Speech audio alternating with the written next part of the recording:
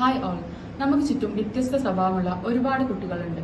അതിൽ physically impaired ആയിട്ടുള്ള കുട്ടികളുണ്ട്, അതുപോലെ തന്നെ വിഷ്വൽ ഇമ്പയർമെന്റ്, ഹിയറിംഗ് ഇമ്പയർമെന്റ് ഒക്കെ ഉള്ള കുട്ടികളുണ്ട്. അപ്പം ഇത്തരം കുട്ടികളെ തിരിച്ചറിയാനും അവർക്ക് ആവശ്യമായ എഡ്യൂക്കേഷണൽ പ്രൊവിഷൻസ്, കെയർ ഒക്കെ കൊടുക്കാനായിട്ട് നമുക്ക് സാധിക്കും. പക്ഷെ നമുക്ക് ചുറ്റും അതേപോലെ തന്നെ ഇമോഷണലി എക്സെപ്ഷണൽ ആയിട്ടുള്ള ഒരുപാട് കുട്ടികളുണ്ട്.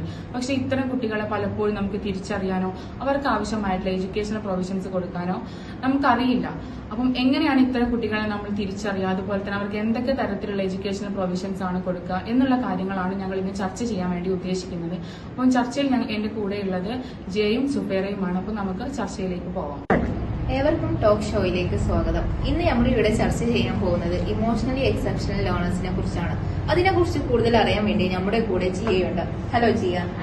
ഇനി നമുക്ക് ജിയയിലോട്ട് പോവാം. അപ്പോ ആരാണ് ഈ ഇമോഷണലി എക്സെപ്ഷണൽ ലേണർ എന്ന് പറഞ്ഞാല്?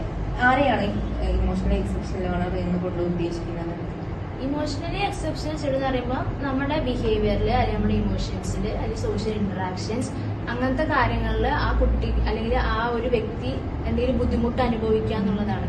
അതായത് ഇപ്പം നമ്മള് ആ കുട്ടീന്റെ അല്ലെങ്കിൽ ആ വ്യക്തിയുടെ ഏജിനും അപ്പുറം ആ ബിഹേവിയർ കാണിക്കുക. അതായത് ഇപ്പോ ഒരു കുട്ടി ഹൈപ്പർ ആക്റ്റീവ് ആണ് നമ്മൾ എങ്ങനെയാ പറയാ, ആ ഒരു ഏജിന് അപ്പുറത്തേക്ക് ആ കുട്ടി ഭയങ്കരമായിട്ട് ആക്റ്റീവ് ആവുമ്പോഴാണ്. അപ്പൊ അതുപോലെ ആ ഒരു ഏജിന് നമ്മൾ പ്രതീക്ഷിക്കുന്നതല്ലാണ്ട് അതിന് പുറമെ ആ കുട്ടി ഇമോഷണലി അല്ലെങ്കിൽ ആ കുട്ടീന്റെ ബിഹേവിയറിൽ ഉണ്ടാവുന്ന ബുദ്ധിമുട്ടുകള് അല്ലെങ്കിൽ അവര് കാണിക്കുന്ന കാര്യങ്ങളെ നമ്മൾ അങ്ങനത്തെ കുട്ടികളെയാണ് ഇമോഷണലി എക്സെപ്ഷണൽ ചിൽഡ്രൻ എന്ന് പറയുന്നത്. എങ്ങനെയാണ് നമുക്ക് ഇവരെ തിരിച്ചറിയാൻ പറ്റുക ഇമോഷണലി എക്സെപ്ഷണൽ?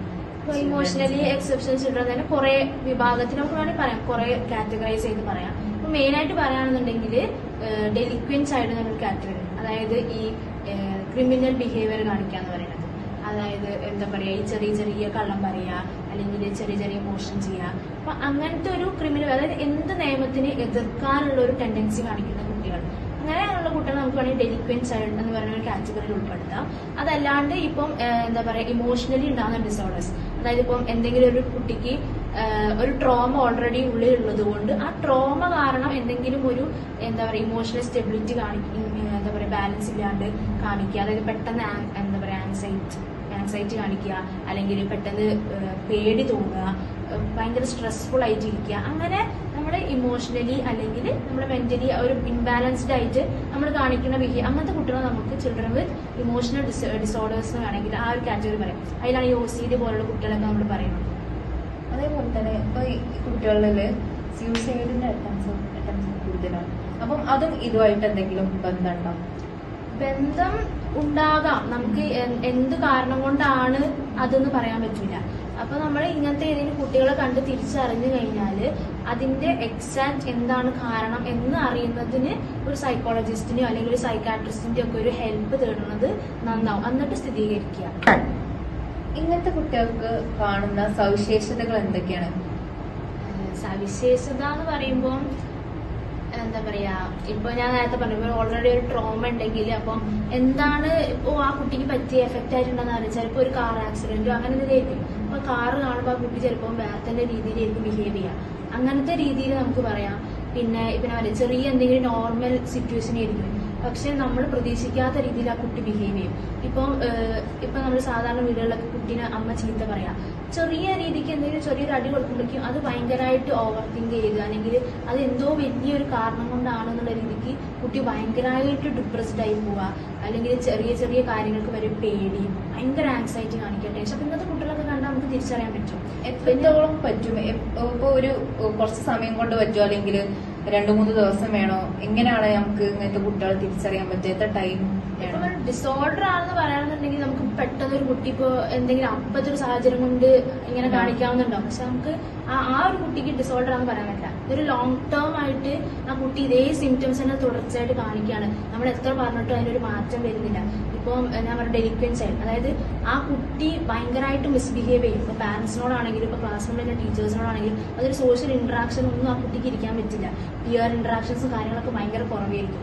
അപ്പൊ ആ കുട്ടി എപ്പോഴും സെൽഫ് സെന്റേർഡ് ആയിരിക്കും. നമ്മള് ശ്രദ്ധിക്കേണ്ടത് ഞാൻ തന്നെയാണ് എല്ലാം, അല്ലെങ്കിൽ ഞാൻ പറയുന്നതാണ് ശരി. ഫുൾ സെൽഫ് സെന്റേർഡ് ആയിട്ട്, അതായത് എന്ത് വേണം ആ ഒരു രീതിക്ക് ചെയ്യും. ഇപ്പോൾ ചെറിയ ചെറിയ കള്ളായിക്കോട്ടെ, ചെറിയ ചെറിയ മോഷണങ്ങളായിക്കോട്ടെ, അപ്പൊ അതൊക്കെ ചെയ്യുമ്പോൾ ആ കുട്ടീനോട് അത് തെറ്റാന്ന് പറഞ്ഞാൽ പോലും ആ കുട്ടി അത് ആക്സെപ്റ്റ് ചെയ്യില്ല.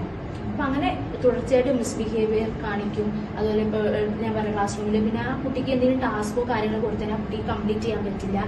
പിന്നെ ആ കുട്ടി എഡ്യൂക്കേഷണൽ വൈസ് കുറച്ച് പുറകോട്ട് നിൽക്കുന്ന കുട്ടിയായിരിക്കും. അപ്പോൾ നമ്മൾ അവരൊക്കെ ശ്രദ്ധിക്കുക എന്നുള്ളതാണ്.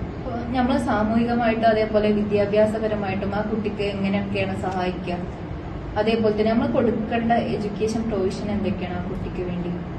ഇപ്പോ ഇങ്ങനത്തെ കുട്ടികള് ഇപ്പൊ ഡെലിക്വന്റ് ചൈൽഡ് ആണെന്നുണ്ടെങ്കിൽ ഭയങ്കരമായിട്ട് ഡ്രഗ് അബ്യൂസ് അല്ലെങ്കിൽ ഈ ചീത്ത കൂട്ടുകെട്ടുകളിൽ പോണ കുട്ടികളൊക്കെ ഉണ്ടാവും. അപ്പൊ നമ്മൾ അത് കണ്ടു കഴിഞ്ഞാൽ അവരെ മാക്സിമം അവോയ്ഡ് ചെയ്യാതെ അവരെ എന്ത് ചെയ്യാം, മാക്സിമം സപ്പോർട്ട് ചെയ്ത് ഇതിങ്ങനെയൊന്നും അല്ല, ശരിയായൊരു രീതിയിലേക്കുള്ള ഒരു വേ തുറന്നു കൊടുക്കാൻ പാരന്റ്സിനാണെങ്കിലും ടീച്ചേഴ്സിനാണെങ്കിലും കൂടുതലുള്ളവർക്കാണെങ്കിൽ പറ്റണം. സൊസൈറ്റിക്ക് പങ്കുണ്ട്. അപ്പം ചിലപ്പം സൊസൈറ്റിയിൽ ഉണ്ടാവുന്ന ചില പ്രശ്നങ്ങൾ കൊണ്ട് എൻവയറമെന്റൽ ഫാക്ടേഴ്സ് അല്ലെങ്കിൽ എന്താണ് ഫിസിയോളജിക്കൽ സൈക്കോളജിക്കൽ കുറെ ഫാക്ടേഴ്സ് കാരണം ആണ് ഇത് ഡിസോർഡർ ആയിട്ട് വരുന്നത്. അപ്പൊ നമുക്ക് എന്ത് കാരണം കൊണ്ടാണെന്ന് പറയാൻ പറ്റും. നമ്മള് ഫസ്റ്റ് സ്റ്റെപ്പ് എന്താ ഇവർക്ക് ചെയ്യാൻ പറ്റുന്ന? ഫസ്റ്റ് സ്റ്റെപ്പ് കാരണം ഇങ്ങനത്തെ കുട്ടികൾ നമുക്ക് ഐഡന്റിഫൈ ചെയ്യാൻ പറ്റുന്നതാണ്. നമ്മൾ ഐഡന്റിഫൈ ചെയ്യണമെങ്കിൽ ഇത് ഇന്ന കാറ്റഗറിയിൽപ്പെട്ട കുട്ടികളാണ് എന്നുള്ളൊരു എഡ്യൂക്കേഷൻ നമുക്ക് വേണം. ഇപ്പൊ നമ്മളുടെ ഇത് കേൾക്കുന്ന എത്ര പേർക്ക് ഇത് അറിയണമെന്നുണ്ടാവില്ല.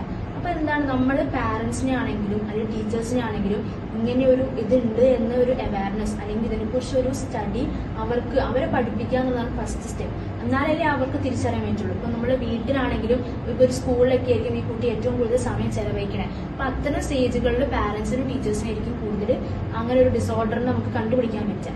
അപ്പൊ അവരെ കൂടുതൽ അവെയർ ആക്കണം എന്നുള്ളതാണ് ഫസ്റ്റ് സ്റ്റെപ്പ് ചെയ്യുക. പിന്നുള്ളത് ഇപ്പൊ ഞാൻ പറഞ്ഞ പോലെ അവരെന്തെങ്കിലും ചെയ്യുമ്പോ ഇങ്ങനെ ഏത് സ്റ്റേജിലാണ് നമ്മൾ സൈക്കോളജിസ്റ്റിനെ കാണിക്കേണ്ട?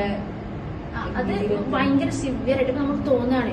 ഇതിപ്പോ നമുക്ക് വെറുതെ തോന്നുന്നതല്ല, കുട്ടി സ്ഥിരമായിട്ട് ഇത് ചെയ്യുന്നുണ്ട്. അപ്പൊ നമുക്ക് എന്തൊരു ഡൗട്ട് തോന്നി, അപ്പൊ അത് കൺഫേം ചെയ്യാൻ നമുക്ക് സൈക്കോളജിസ്റ്റ് സൈക്കാട്രിസ്റ്റിന്റെ ഒക്കെ ഹെൽപ്പ് തരാം. അവരാണ് ഇത് ഇന്ന ഡിസോർഡർ കൊണ്ടാണ് അല്ലെങ്കിൽ ചിലപ്പോൾ ഇത് വേറെ എന്തെങ്കിലും കാരണം കൊണ്ടായിരിക്കാം ആ കുട്ടി അങ്ങനെ ബിഹേവ് ചെയ്യുന്നത് കൺഫേം ചെയ്യാൻ കുറച്ചും കൂടെ സൈക്കോളജിസ്റ്റ് സൈക്കാട്രിസ്റ്റിന്റെ ഹെൽപ്പ് ഒക്കെ തേടുന്നത് നന്നാവും. പിന്നെ ഇവരെ ഈ തെറ്റായ കൂട്ടുകെട്ടിൽ നിന്ന് മാറ്റി നിൽക്കാൻ ശ്രമിക്കുക. പിന്നെ മാക്സിമം എഡ്യൂക്കേഷന്റെ പ്രൊവിഷൻ എന്ന് പറയുമ്പോൾ എന്താ ചെയ്യാൻ പറ്റുക, നമുക്ക് ഇപ്പൊ ക്ലാസ് റൂമിലാണെങ്കിലും സ്കൂളിലാണെങ്കിലും എല്ലാവർക്കും ഒരേപോലെ എല്ലാം കിട്ടുന്നു എന്നുള്ള രീതിയിലുള്ള ഒരു എഡ്യൂക്കേഷൻ പ്രൊവിഷൻ വരണം എന്നുള്ളതാണ്. പിന്നെ അതുപോലെ നമ്മൾ അവർക്ക് കൊടുക്കുന്ന വർക്ക് ആയിക്കോട്ടെ അല്ലെങ്കിൽ അങ്ങനത്തെ കാര്യങ്ങളൊക്കെ നമ്മൾ ഭയങ്കര ഹ്യൂജായിട്ട് ബൾക്കായിട്ട് കൊടുക്കാണ്ട് അവർക്ക് ചെയ്യാൻ പറ്റുന്ന രീതിയിൽ അവരെ മനസ്സിലാക്കിക്കൊണ്ട് അവരെ സപ്പോർട്ട് ചെയ്യുന്ന രീതിയിൽ ചെറുതാക്കി കൊടുക്കുക എന്നുള്ളത്. പിന്നെ അവരെ എപ്പോഴും റെയിൻഫോഴ്സ് ചെയ്യുക. ഇപ്പൊ ചെറിയ എന്തെങ്കിലും കാര്യമാണെങ്കിൽ പോലും അവരെ അഭിനന്ദിച്ച് അവരോട് എമ്പത്തിക് ആവാം. അങ്ങനെയൊക്കെ നമുക്ക് ഈ കുട്ടികളെ തിരിച്ചു കൊണ്ടുവരാൻ പറ്റും. അല്ലാണ്ട് കാണുമ്പോഴേ അവോയ്ഡ് ചെയ്ത് ആ കുട്ടി അങ്ങനെ ആയിപ്പോട്ടെ അല്ലെങ്കിൽ ഇത് എനിക്ക് തോന്നലാണെന്ന് പറഞ്ഞ് മാറ്റി നിർത്താതെ നമ്മൾ ഇത്തരം കാര്യങ്ങൾ ശ്രദ്ധിച്ചാൽ നമുക്ക് ആ കുട്ടികളെ വീണ്ടെടുക്കാൻ പറ്റുന്നതാണ്. Thank you Jiya.